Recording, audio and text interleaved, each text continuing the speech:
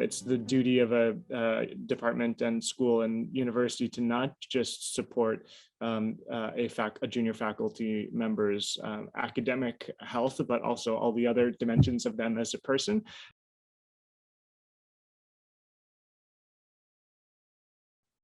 Work too much and not have balance. I have heard a number of faculty members strongly encourage us to publish, publish, publish. Teaching is not a job, is not a 9-to-5 job. Most people in academia that I know, they work all 7 days of the week.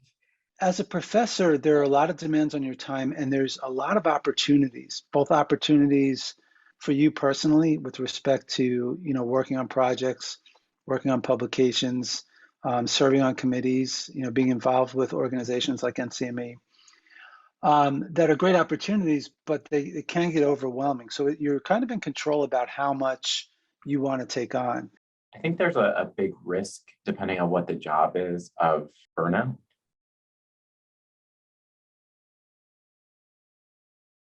The disadvantages, on the other hand, is as for me personally, was to relocate and uproot myself and my family to different places, because chances are that it's hard to find the exact position that you're looking for.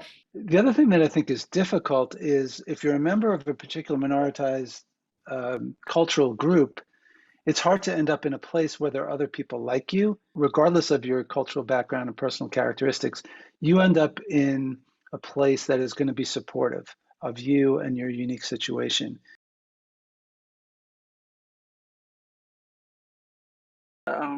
Like without any, yes, I have a PhD, but you also don't necessarily have training in pedagogy or for teaching. But having to keep up with the demands of the students and the changes in technology every semester would seem like a lot of pressure. For women, there might be a larger issue of balance between work and life, especially if a woman has a family that they have responsibility to take care of at the same time. We know that minoritized faculty, especially when they are a minority as well, are women and other minoritized students reach out to them understandably, disproportionately. From historically minoritized backgrounds, is they're going to be asked to serve on so many committees, right? And their presence is going to be important on those committees, but in many cases, the people putting the committee together want them on the committee because they want to check off that box that we have a Black person or we have a Latino person or. Space is really important. And I don't mean physical space. I just mean leave me alone. and let me figure things out while also providing support and being there if I need it. The goal of an institution should be to set its junior faculty up to succeed. When assigning advisors to advisees, the junior faculty are given priority. From my institution, so University of Florida, was able to provide a lot of professional support to advertise my research. One thing we do, I think that's really helpful, is we allow for a course reduction for junior faculty during their first 3 years so that they can take a semester to concentrate more on their research and getting some publications out. Previously, we weren't thinking about the family friendliness of courses that are taught in the afternoon versus courses taught in the mornings and so forth.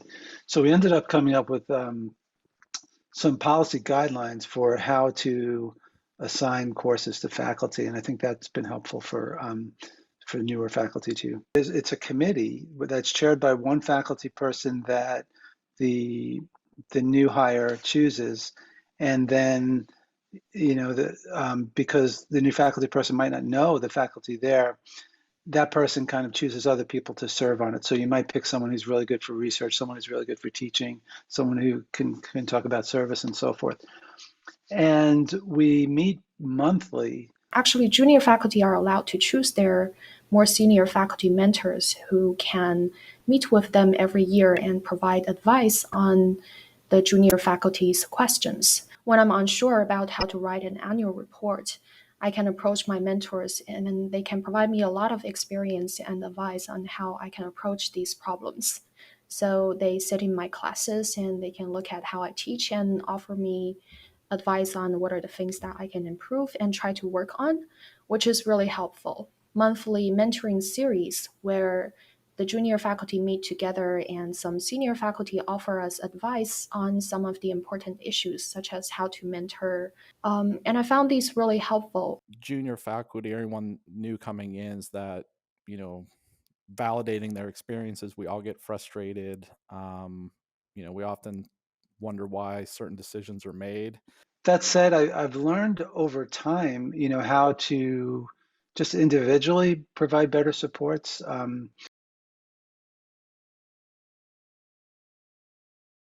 It might be useful for a new faculty member to have somebody they can talk to that's not in their program. So I feel the most support from my colleagues. Is to really utilize the resources that you have from the university. For example, going to workshops and also those professional development opportunities that teach you how to write grant or teach you how to be more interactive in classes to communicate better with your students.